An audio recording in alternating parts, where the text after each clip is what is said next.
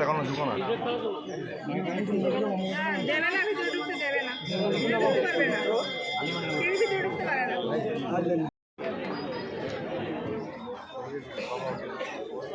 ত্রিপুরেশ্বরী মন্দিরের এখানে এটা আমাদের নতুন আসা নয়, অনেক বেশি সংখ্যক এটার মধ্যে ঠিক নয়, এর থেকে অনেক বেশি সংখ্যক আমরা এখানে এসেছি। তো এটা ঠিক কথা যে কোনো একটা শুভ কাজে আমরা শুরু করতে গেলে আমরা মা ত্রিপুরেশ্বরীর চরণে এসে প্রণাম করে আশীর্বাদ চাই, যাতে সুন্দরভাবে যে দায়িত্ব যেই পাক সেই দায়িত্ব যাতে সঠিকভাবে পালন করতে পারে। এবং আপনারা সকলে জানেন যে আমাদের গতকাল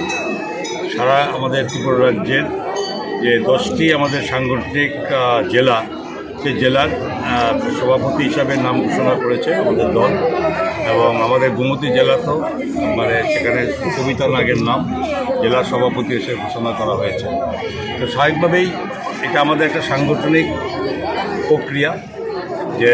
আশা থাকে অনেকেই অনেক হতে পারে, এটার জন্য কোনো ব্যাপার নয়, চাহিদা সবার থাকতে পারে, সবাই কিছু না কিছু দাবি করতেই পারে, সেটা কোনো অপরাধ নয়। যতই অপরাধ যেই করুক না, দলের একটা দায়িত্ববান হিসাবে আমরা দলের দায়িত্ব নিয়ে কাজ করি, দলের প্রতি শ্রদ্ধা এবং তার নিষ্ঠা নিয়ে মেনে চলি। সেই অনুযায়ী যেই হোক সেখানে আমাদের কোনো আপত্তি নেই, যেটা আমাদের চাহিদা থাকতে পারে। যেখানে সুবিধা নাককে দেওয়া হয়েছে, এটা আমরা সকলেই খুব সাধুবাদ জানিয়েছি, ধন্যবাদ জানিয়েছি আমাদের রাজ্যের মাননীয় মুখ্যমন্ত্রীকে, এবং এছাড়াও আমাদের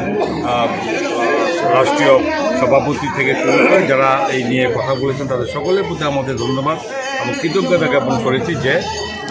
এই গোমতী জেলাতে বরাবরই দেখেছেন যে বিগত বিধানসভা নির্বাচন বলুন, লোকসভা নির্বাচন বলুন, এই নির্বাচনগুলোতে আমাদের ফলাফল যথেষ্ট ভালো ছিল, এবং এখানে সাংগঠনিক প্রক্রিয়ার প্রথম এবং দ্বিতীয় দফা বুথ এবং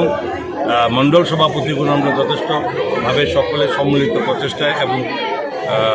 সহযোগিতা আমরা করতে পেরেছি। রাজনীতি আসা নয়, দীর্ঘদিন ধরে রাজনীতির সঙ্গে যুক্ত আছে, বিভিন্ন সময়ে বিভিন্ন গুরুত্বপূর্ণ পদ উনি সামলে কাজ করেছেন, দলে অনেক কাজ করেছেন, এবং অভিষেক দেব রায় যে সভাপতির নেতৃত্বে এবং সবিতা নাগ সেখানে সহসভাপতি হিসেবে ছিলেন,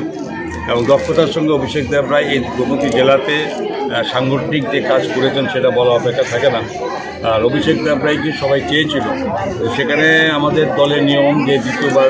দুবার পরপর হলে পরে সেটা নেওয়া হয় না,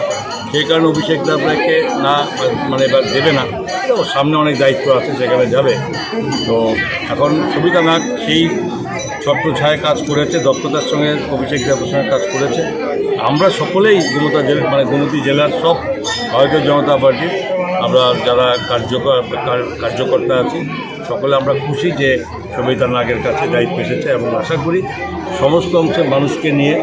দলের যে সঠিক কাজকর্ম এবং সাংগঠনিক যে প্রক্রিয়া সেটাকে এগিয়ে নিয়ে যাবে, এবং দলে আগামী